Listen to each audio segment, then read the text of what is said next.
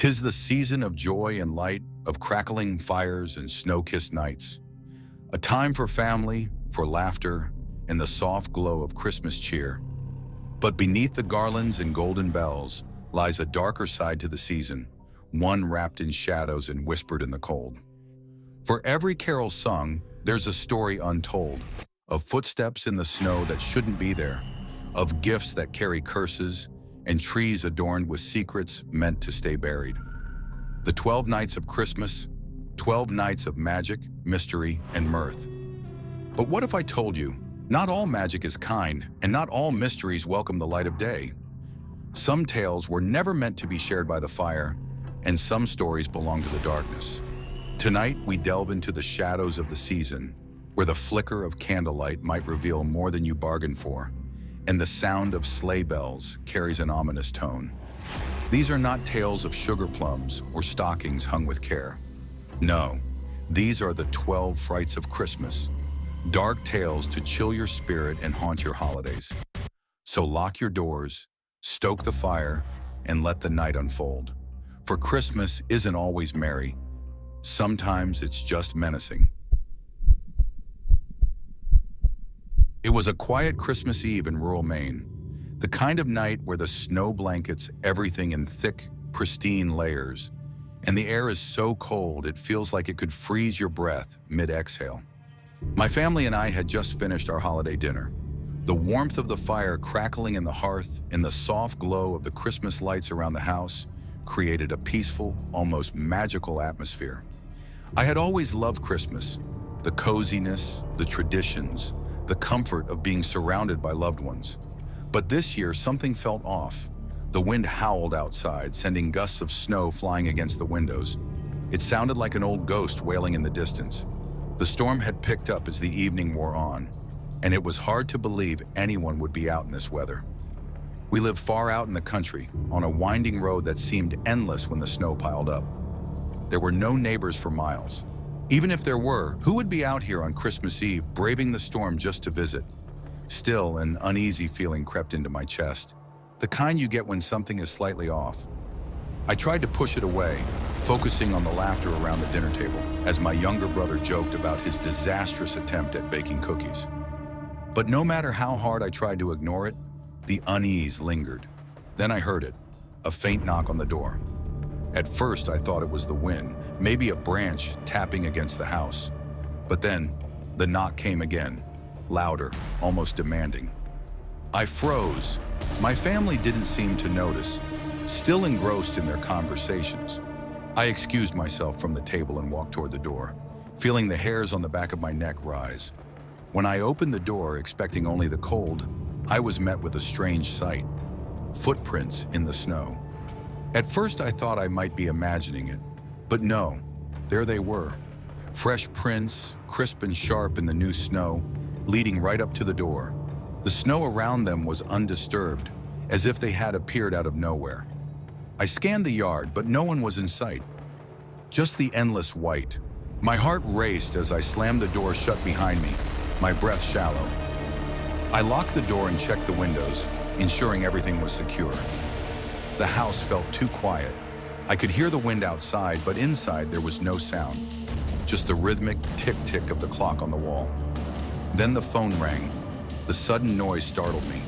I froze, staring at the phone. My hand shook as I picked it up. "Hello?" I said, trying to sound calm. There was crackling on the other end, followed by a voice, low, almost a whisper. "Did you like the decorations?" My stomach dropped. What decorations? The only thing outside was the empty yard. My thoughts spun in confusion, and I spoke, my voice trembling. "Who is this?" There was only static before the line went dead. I stood there for a long moment, staring at the phone. My heart pounded. I quickly locked the door again and checked the windows, double-checking everything. But the feeling of unease didn't go away. As the night wore on, I couldn't shake the feeling that someone was out there, watching. Every time I looked out the window, I thought I saw something move, a shadow darting past. But when I looked, nothing was there. The snow kept falling, relentless and quiet. I stayed awake, listening for any sound, anything that might explain what was happening. The wind howled, but there was something else, something I couldn't place. Footsteps, maybe? But every time I peered outside, nothing. When I finally fell asleep, I woke the next morning to an eerie stillness. The storm had stopped, and the world outside was blanketed in white. The house was quiet. I stretched and made my way to the window, and that's when I saw them, the footprints. But they weren't just outside the door anymore. They had circled the house. Around and around, the tracks formed a perfect loop, as though someone had walked in deliberate circles all night. The prints were fresh, sharp in the new snow, the path disturbingly methodical. It wasn't a random wanderer. This person had been pacing, watching. I turned away from the window, my breath quickening. The phone call, the footprints, the feeling of being watched. It all fit together now, and I felt a cold knot in my stomach. I checked the doors again, double locking them, making sure everything was secure. My hands shook as I looked outside again. For a moment, I swore I saw something move in the distance, a shadow just out of sight. "We're not alone," I whispered, my voice trembling as I turned to my family. And as I said it, I realized the worst part wasn't the footprints or the phone call. It was the fact that whoever had been watching us, whoever had circled our house, was still out there, and they were waiting. It was my first Christmas in Chicago, and I had been invited to a corporate Christmas party at a fancy hotel downtown. I didn't know many people at the company yet, so I figured it would be a good opportunity to mingle, get to know my colleagues, and settle into the city. I wasn't expecting much. Just a typical night of light conversation, some good food, and maybe a drink or two. But from the moment I stepped into the hotel, something didn't feel right. The grand ballroom was beautifully decorated with garlands, twinkling lights, and a massive Christmas tree. The air was filled with laughter, the clinking of glasses, and holiday music. But even with all the festive cheer, I couldn't shake a nagging sense of unease. It was subtle, but something about the crowd made me uncomfortable. People were friendly enough, but there was a strange energy in the room. Maybe it was just nerves, but I couldn't ignore it. I tried to push the feeling aside, telling myself I was being paranoid. I mingled with a few colleagues, grabbed a drink, and tried to enjoy the festivities. But after a while, I felt the need to step away. I needed a moment of peace away from the noise and the crowds, so I found a quieter hallway. I checked my phone, trying to center myself. That's when I noticed him. A man in his mid-40s, dressed in a dark suit, approached me with a smile. He had an air of confidence and the kind of man who seemed to blend in effortlessly at corporate events. He introduced himself as a friend of my boss.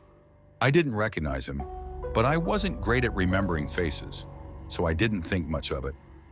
He seemed harmless enough. "We've met a few times," he said with a friendly smile. "How about we step outside for some fresh air? It's a bit stuffy in there." At first I hesitated. I didn't want to wander off with a stranger, but something about his tone was convincing. He seemed like just another office connection, trying to be friendly. I was new to the company, so I figured it would be a good opportunity to network. After a brief pause, I agreed. "Sure," I said, putting my phone away. We walked through the hallways and out the back door into the cold, quiet night. The winter chill hit me immediately, and I shivered. It was eerily quiet out here, away from the bustling party. The silence was almost oppressive, but I didn't think much of it at first. We stood in the alley, and I listened to him talk about work, nothing out of the ordinary. But then, his tone shifted.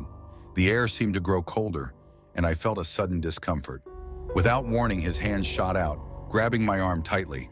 My heart lurched, and I instinctively tried to pull away. "Let go of me!" I shouted, but his grip was firm, unyielding. "Come with me," he said, his voice low and menacing.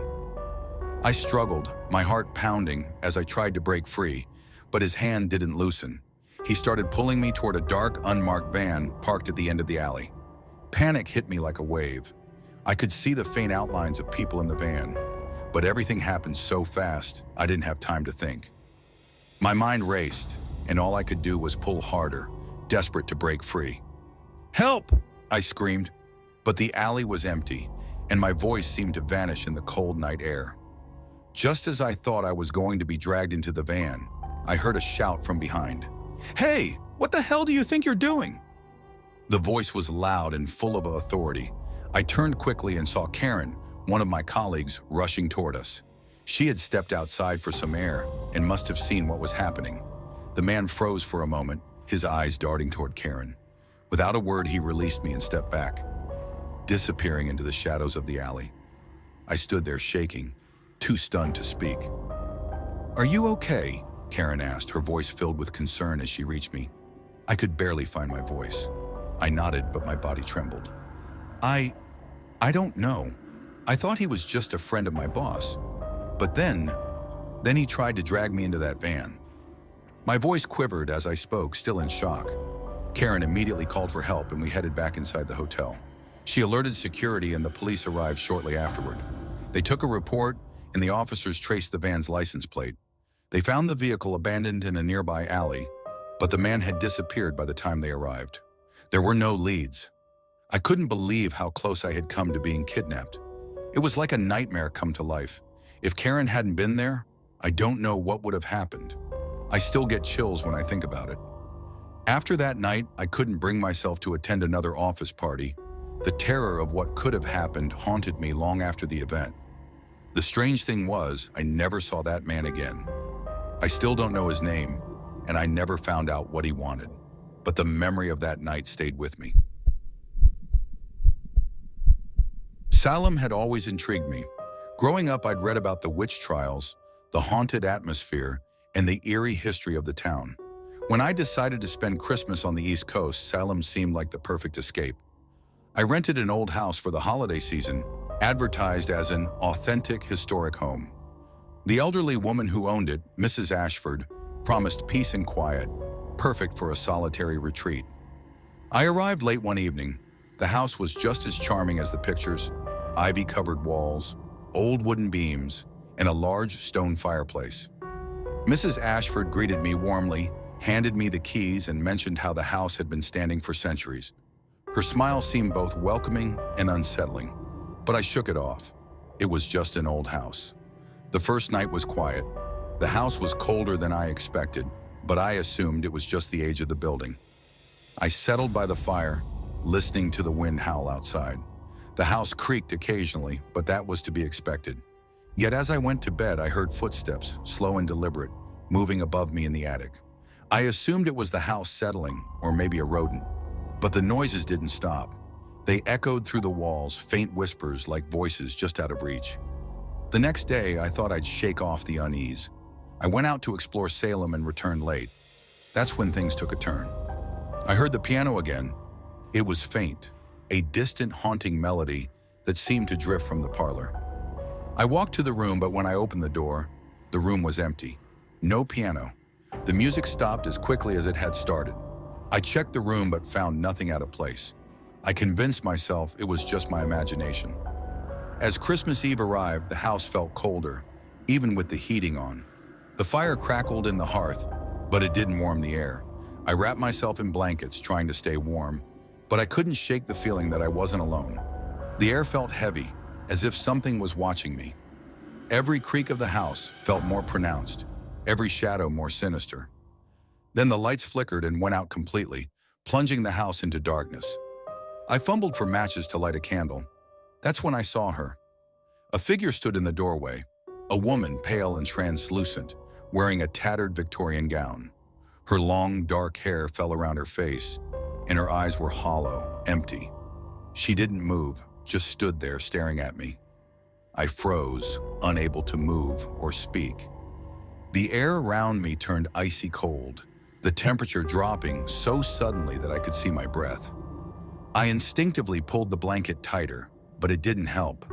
The cold seemed to invade my very bones. She raised one hand slowly, and I felt the temperature plummet even further. The room seemed to close in on me. I tried to scream, but no sound came out. I tried to move, but my body refused to obey. Her hollow eyes bore into me, unblinking and unfeeling. Then, just as quickly as she appeared, the figure faded into the shadows, leaving only the lingering chill behind. The temperature returned to normal, but the oppressive atmosphere remained. I didn't know how long I stood there, my heart racing in my chest. My mind screamed at me to run, to leave, Finally, my legs moved, and I bolted from the house, too terrified to go back inside. I spent the rest of the night in my car, shivering in both fear and cold. The image of that pale woman haunted me. The morning couldn't come fast enough. I packed my things and hurriedly left. Mrs. Ashford was there when I left, and I couldn't resist asking, "Has anything strange ever happened here?" She hesitated, avoiding my gaze. "The family who lived here, they died in a fire on Christmas Eve many years ago. Some say their spirits never left." I didn't ask for more details. I just nodded and left, eager to get as far from the house as possible. I never returned to Salem. The memory of that pale woman in the doorway still haunts me. To this day, I can't shake the feeling that she was waiting for me, watching me, just as she had watched the family that perished that night. A few years ago, my friends and I decided to escape the chaos of the holidays and rented a cabin near Lake Tahoe for Christmas. We all wanted a break, a chance to unwind, disconnect from the bustle of city life, and enjoy the peace of nature. The cabin was tucked deep in the mountains, surrounded by towering pines and a blanket of pristine snow. It was postcard perfect, a rustic wooden structure with a cozy fireplace, warm lighting, and a view of the nearby lake. From the moment we arrived, we felt like we'd stepped into a winter wonderland. We spent the first day sledding, building snowmen, and warming up by the fire with mugs of hot cocoa.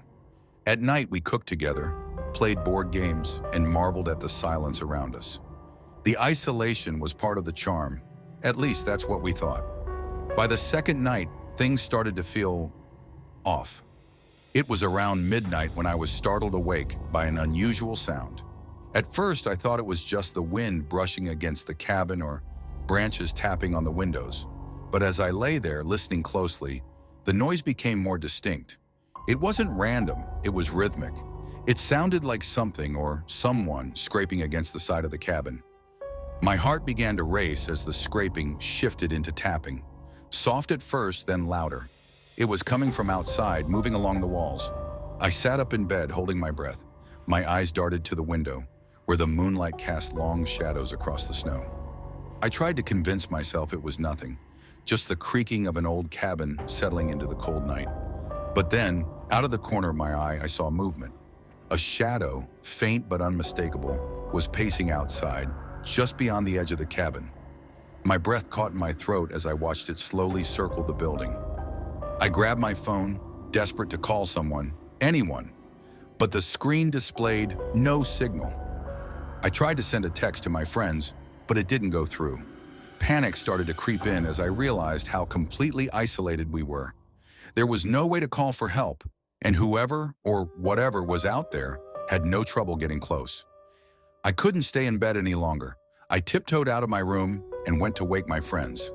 My voice was barely a whisper as I shook them awake, and the fear in my expression must have been contagious because they didn't hesitate. We grabbed flashlights and cautiously ventured outside. The cold hit us immediately, sharp and biting. We scanned the snow around the cabin, expecting to see tracks or some evidence of an intruder. But there was nothing. The snow was untouched, perfectly smooth. No footprints, no trails. Nothing to suggest that anyone had been there. My friends teased me, saying I'd probably had a bad dream or let my imagination run wild. I wanted to believe them, but deep down, I knew what I'd seen. We returned inside, locking the doors and double-checking the windows. But sleep didn't come easily. Every creak of the wood, every whisper of wind made my heart race.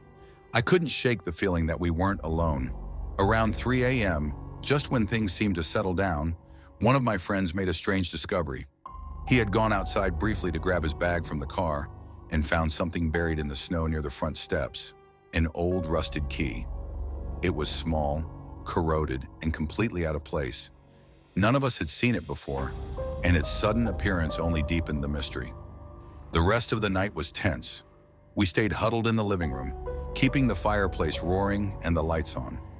I kept replaying the events in my head, trying to make sense of it all. Had the shadow been a trick of the moonlight? Could the noises have been animals? But then where did the key come from? When the sun finally rose, we unanimously decided to cut the trip short.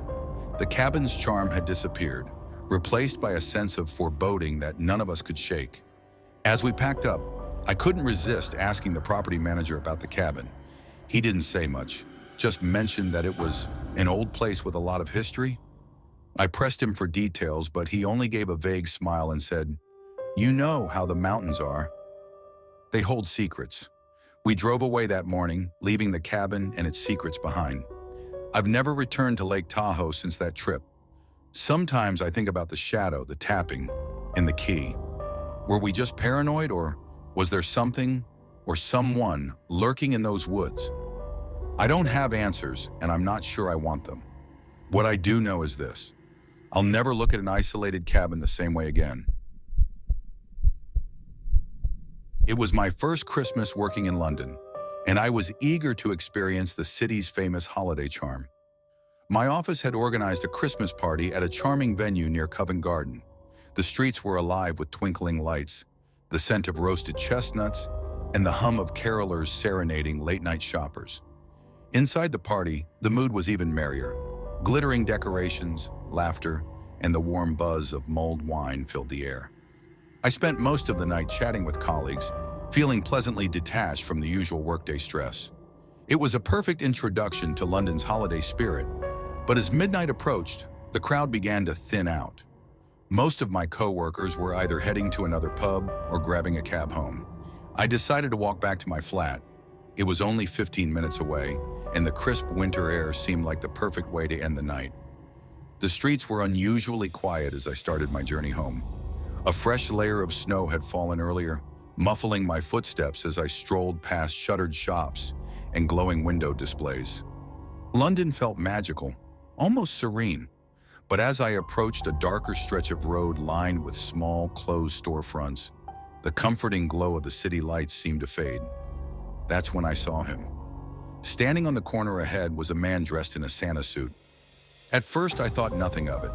It wasn't unusual to see people in festive costumes during the holiday season, but as I got closer, something about him unsettled me. He wasn't carrying a sack of presents or engaging with passers-by. Instead, he stood motionless, facing my direction, as though he had been waiting for me. I slowed my pace slightly, trying to convince myself that it was just some harmless holiday spirit. Maybe he'd had too much to drink or was waiting for a friend. But as I drew closer, his appearance gave me pause. His suit was dirty, frayed at the edges, as if it had been dragged through mud. His face, illuminated by a weak lamppost, was pale and drawn, almost corpse-like. His eyes fixed on me, unblinking and cold. I quickened my pace, my breath visible in the icy air. As I passed him, I kept my head down, pretending not to notice. That's when I heard it, a low, raspy whisper. "You shouldn't be out here alone on Christmas Eve." I froze mid-step, the voice sending a chill straight down my spine. It was so close, as if someone had leaned in to speak directly into my ear. My heart pounded as I spun around, expecting to see the man standing right behind me. But the corner where he had been standing was now empty. The street was eerily silent, save for the distant hum of traffic far away. I scanned the area, searching for any sign of him, but he had disappeared without a trace. My mind raced, trying to rationalize what had just happened. Then out of the corner of my eye, I saw movement. A shadowy figure darted into a narrow alleyway just ahead. It moved unnaturally fast, its outline barely discernible in the dim light. My legs felt rooted to the ground as I stared into the darkness, my fear warring with a morbid curiosity to see what or who it was. Finally, my survival instincts won. I turned and hurried down the street, my footsteps quick and uneven against the icy pavement. The festive decorations around me felt cold and distant, their glow failing to provide any comfort. Every so often, I glanced over my shoulder, convinced that someone or something was following me. When I reached my flat, I bolted the door behind me and locked it with trembling hands. The warm light of my living room was a welcome relief, but the shadows seemed darker than usual, pressing in from the corners. I turned on every lamp in the flat, desperately trying to chase away the lingering sense of dread. To calm my nerves, I switched on the TV and flipped through channels. That's when I saw the news report. A body had been discovered just a few blocks away, the reporter said, in the alley behind a row of shops. My stomach dropped as the anchor described the victim, a man in his late 40s, dressed in a Santa suit. His death was unexplained with no signs of foul play, but what struck me most was the detail about his eyes. According to witnesses, they had been frozen open in an expression of sheer terror. The body had been found earlier that evening, around the same time I'd seen the man on the corner. My mind raced to make sense of it all. Had I seen him alive, or was it his ghost? The idea felt absurd, yet nothing else could explain the sequence of events that night. For days afterward, I couldn't shake the memory of his hollow gaze or the chilling words he had whispered to me. The festive cheer that had filled the city seemed muted now, overshadowed by an oppressive sense of unease. The following Christmas, I refused to walk alone at night, no matter how familiar the streets felt. To this day, I can't help but glance over my shoulder whenever I pass a street corner. December 14th, 2012 started like any other morning at Sandy Hook Elementary. I was working as a teacher's assistant, helping Mrs. Warner in her second grade classroom. The halls were filled with holiday cheer, paper snowflakes taped to walls, and whispers of Santa from excited kids. It was almost Christmas break, and their energy was contagious. That joy was shattered in an instant. It started with a loud bang, echoing through the school. I thought maybe something heavy had fallen, but the sound was sharp, too sharp. A second bang followed, closer and unmistakable. My chest tightened. Gunshots. Mrs. Warner and I locked eyes and panic flashed between us. Without hesitation, she told the kids, "Go to the corner. Stay quiet. Don't make a sound." I bolted to the door, my hands trembling as I locked it and turned off the lights. The children were huddled in the corner, their wide eyes brimming with confusion and fear. I pushed a bookshelf against the door, praying it would hold. The sounds outside grew louder. Screams, more shots, heavy footsteps. My breath caught in my throat as I crouched with the children, whispering, "It's going to be okay." I wasn't sure if I believed it. My heart was pounding so hard I was sure it could be heard. Minutes passed like hours. The gunshots would start, then stop, then start again. Every time I braced for the worst. At one point, the noise was so close I thought he was right outside the door. I held my breath, listening, ready to shield the kids with my own body if he came through. But he didn't. Silence eventually replaced the chaos. The stillness was worse because it carried the weight of uncertainty. Was it over? Was it a trap? I didn't dare move. The children sat frozen, some trembling, some clutching their classmates' hands, trying to be brave. Finally, voices echoed in the hallway. "Police! Stay where you are!" Relief washed over me, but fear held me back. What if it wasn't them? When the officers burst in, their guns raised and eyes scanning for threats, I felt my legs give out. They motioned for us to leave quickly, but as I guided the kids out, my stomach turned. The hallway was a nightmare. Bullet holes scarred the walls. Desks were overturned. I saw a shoe, small, pink, and alone. I didn't let myself look any closer. Outside, the scene was chaotic. Parents crying, teachers hugging one another, police officers pacing. I clung to the kids until their families arrived. I told myself not to cry, but tears streamed down as I watched parents hug their children, knowing that others would never get that chance again. 20 children and 6 adults were killed that day. I think about them constantly. Those innocent faces, those brave colleagues. That Christmas, I couldn't bring myself to celebrate. The gifts under my tree felt meaningless. The world felt darker, colder. In the months that followed, I struggled with survivor's guilt. Why was I spared? Why were those children taken? But as time passed, I realized that to honor their memory, I had to live. I had to fight for change, to speak out about gun violence, to ensure no one else ever endures what we did. Now, every Christmas, I light a candle for those we lost. I remind myself that love must always outshine hate, and that even in the face of unimaginable darkness, we must carry hope in our hearts. That's what keeps me going. That's how I honor them. It was a week before Christmas in 2002, and I had just moved to Los Angeles. The city was a whirlwind of lights and life. but I was still adjusting to the chaos and loneliness of starting over in a new place. I hadn't made many friends yet, so when a coworker invited me to a small holiday party in a quiet neighborhood on the outskirts of the city, I decided to go. It seemed like a good chance to meet people and feel a little less isolated during the holidays. The party was small but lively, held in a somewhat run-down house with string lights and mismatched furniture. People were chatting, laughing, and passing around drinks. I mingled awkwardly at first, sticking close to familiar faces, but eventually I ended up talking to a man I hadn't seen before. He introduced himself as Randy. He was in his early 40s, charming in a subtle way, not overbearing, but attentive. He asked a lot of questions about me, where I was from, why I'd moved to LA, what I wanted to do with my life. At first, I appreciated his interest. I was still trying to find my footing, and having someone show genuine curiosity felt refreshing. But as the conversation went on, I noticed something odd. His questions became more specific, almost too specific. Randy seemed particularly fixated on my routines and habits. Did I live alone? Did I walk to work? Where did I usually go for coffee? His smile never wavered, but there was an intensity in his eyes that made me uneasy. I told myself I was overthinking it, that he was just a friendly guy making conversation. But then he suggested we go for a walk around the neighborhood. I hesitated. It was late. The street outside was quiet, and I didn't know this man at all.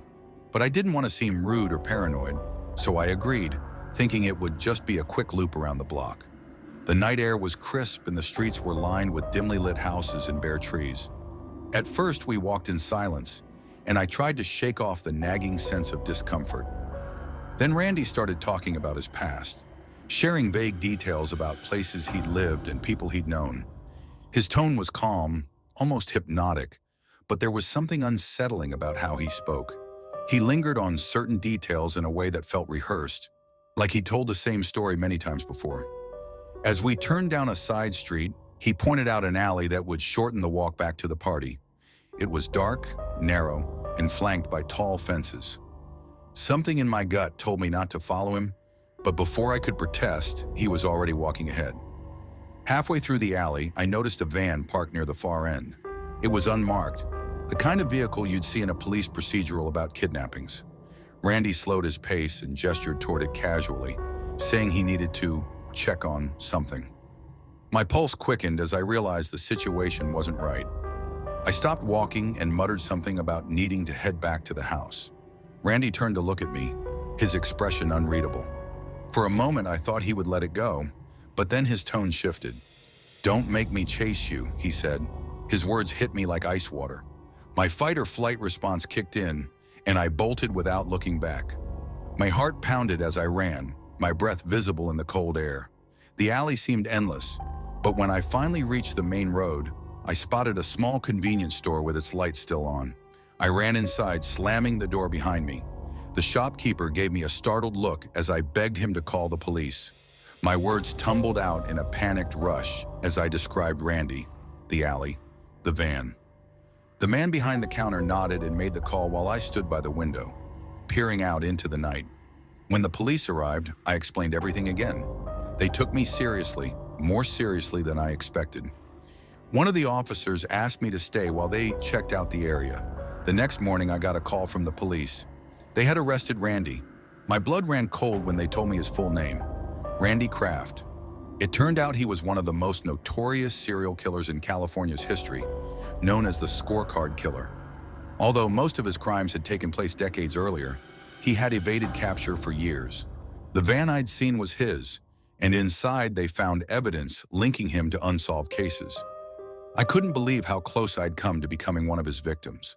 If I hadn't trusted my instincts, if I'd hesitated for even a moment longer in that alley, I might not have made it out alive. Even now, I shudder thinking about that night. It's a reminder that danger can wear the most ordinary faces, and sometimes survival depends on listening to that small, insistent voice in your head that tells you something isn't right. It was Christmas Eve in 1972, and I was working a red-eye flight from Atlanta to Miami.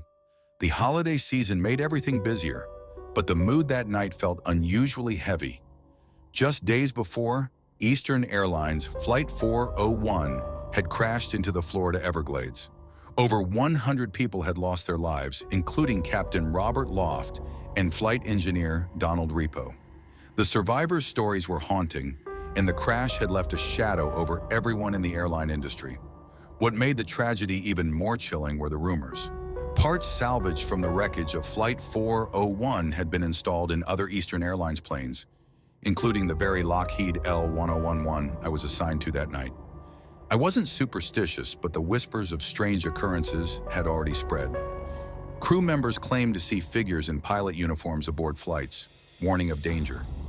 At the time, I brushed it off as people letting their imaginations run wild. The flight began normally, though the cabin had an odd stillness. The passengers were quiet. The festive chatter I usually expected at Christmas was absent. Even my fellow crew members seemed tense. Early into the flight, the cabin lights flickered briefly. We reassured passengers it was just a minor electrical issue, but I couldn't shake the feeling that something was off. Halfway through the flight, while preparing drinks in the galley, I was approached by a middle-aged woman. Her face was pale and she looked genuinely frightened. "Excuse me," she whispered, glancing over her shoulder. "There's a man sitting in the jump seat." I frowned. That was impossible. The jump seat near the galley had been empty the entire flight. "I'm sorry," I said, "but no one is there." Her voice trembled. "He was just there." He looked at me, smiled, and then disappeared. He was wearing a captain's uniform. A chill ran down my spine. I checked the seat again. It was definitely empty. Trying to stay professional, I reassured her she must have been mistaken, though I didn't entirely believe it myself. Minutes later, the intercom crackled to life. It wasn't the pilot speaking, nor was it any of the crew. Instead, faint, garbled voices echoed through the system, too low to understand but unmistakably there. One of my colleagues hurried to check with the cockpit, but they denied using the intercom. We all exchanged uneasy glances, but we kept quiet, not wanting to alarm the passengers. As I moved through the cabin, I felt an icy draft sweep past me, far colder than the controlled climate of the plane. The chill was sharp, almost unnatural. Later, while grabbing supplies from the rear galley, I noticed something in the reflection of the metal cabinet. At first, it seemed like a trick of the light, but then I saw him. Standing just behind me in the reflection was a man in a flight engineer's uniform. He was calm, almost solemn, his expression unreadable. My heart raced as I spun around, expecting to find someone there, but the galley was empty. My legs felt like jelly, and I gripped the counter to steady myself. I wasn't the only one experiencing strange things. Another flight attendant swore she heard someone whisper her name, though no one was nearby. The whispers seemed to come from the walls, faint but clear enough to freeze her in place. Meanwhile, passengers reported feeling sudden chills or seeing fleeting shadows in the corner of their vision. As the flight neared its end, I couldn't shake the feeling of being watched. When we finally landed safely in Miami, I shared my experience with a senior crew member. She listened quietly, then said, "That's Repo. He appears when something's wrong with the plane." I stared at her, stunned. "You mean Donald Repo? From Flight 401? She nodded gravely. "People have seen him on flights with parts from the crash. Sometimes it's Captain Loft, too. They don't mean any harm.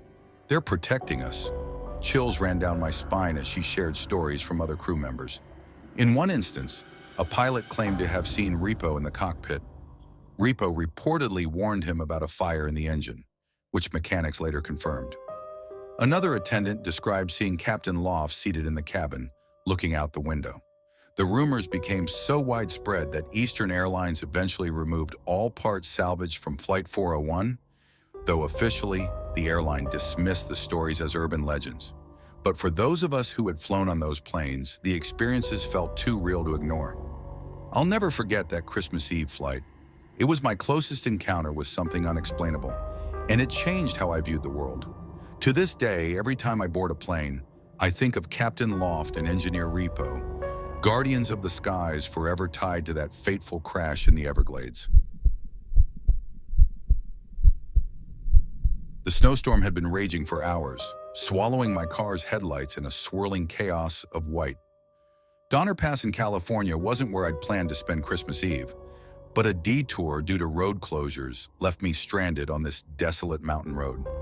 The pass, infamous for the ill-fated Donner Party of 1846, carried a history as heavy as the snow pressing against my windshield. Tales of starvation, desperation, and cannibalism whispered through generations had always seemed like a distant horror. Until now. My gas tank blinked red, the needle buried deep in the Truckee. The nearest town was over 30 miles away, and the road ahead was impassable. Cursing under my breath, I tightened my grip on the steering wheel. Then, through the storm's relentless swirl, a dark silhouette emerged. A cabin, its shape distorted by the snow's fury. Relief and dread tangled in my chest. Staying in the car meant freezing to death, but that cabin, something about it felt profoundly wrong. Grabbing my phone, flashlight, and a blanket, I forced the door open. The wind howled, slamming it shut behind me as I trudged toward the shadowy structure. Snow was knee-deep, each step a battle. The cabin loomed larger, its boarded windows and sagging roof a grim testament to abandonment. The front door creaked open, almost welcoming. My flashlight revealed a dim, musty interior. Peeling wallpaper hung in tatters. Shattered glass and debris littered the floor. A decaying staircase climbed into darkness. The air was thick with damp wood and mildew. I barricaded the door with an overturned table, then searched for anything to start a fire. A rusted wood-burning stove, its chimney miraculously intact, stood in the corner. Next to it, a rotted crate held a few dry logs, as if waiting for someone like me. After fumbling with my lighter for what felt like hours, I coaxed a flame to life. The warmth seeped into the room, a fragile shield against the storm. I explored cautiously, my flashlight slicing through the dark. Upstairs was a single room with a bed frame and wardrobe. A faded painting hung on the wall. A family of 4, their smiles unnervingly wide. Cracks in the glass warped their faces into eerie fragments. A shiver ran down my spine. I turned the painting to face the wall and returned downstairs. Huddled by the stove, I wrapped the blanket tightly around me. Hours passed, the storm's fury unrelenting. Just as I began to nod off, a faint scratching sound cut through the wind. My heart pounded. The storm, I reasoned, branches against the cabin. Still, I crept to the frosted window. My flashlight revealed only swirling snow. Relieved, I returned to the stove. Then came the knocking. 3 deliberate knocks at the front door. "Who's there?" I shouted, my voice cracking. No answer. Gripping the flashlight like a weapon, I peered through a crack in the barricade. The storm raged, but no footprints marked the snow. The knocking ceased. I stepped back, trembling. Then I heard it, the creak of floorboards upstairs. My blood turned to ice. I had checked the second floor. It was empty. "Hello?" I whispered. The creaking grew louder, deliberate. Someone or something was moving above me. Clutching a log from the firewood, I crept to the staircase. My flashlight flickered, casting erratic shadows. "Who's up there?" My voice quivered. Silence. Then from the top of the stairs came a sound that will haunt me forever. A child's giggle. I stumbled backward, the flashlight spinning before settling on the staircase. A figure stood at the top, a small girl in a tattered dress. Her face was pale, her eyes dark voids. She tilted her head, smiling to reveal sharp, glinting teeth. "Why did you come here?" she whispered, her voice raspy and hollow. I bolted for the door, ripping away the barricade. The storm hit me like a wall, but I ran. Slipping and sliding, I reached the car, fumbled with the key, and started the engine. The headlights illuminated the cabin one last time. The girl stood in the doorway. Beside her, shadows twisted, forming outlines of more figures, her family from the painting. Their hollow eyes and unnatural smiles burned into my memory. I floored the accelerator, the car skidding dangerously as I sped down the mountain. When I finally reached Truckee, the first rays of dawn were breaking. I told the locals about the cabin, desperate for answers. Their faces paled as I described it. An old man muttered, "That place has been cursed since the Donner Party. People who stay there don't usually make it out."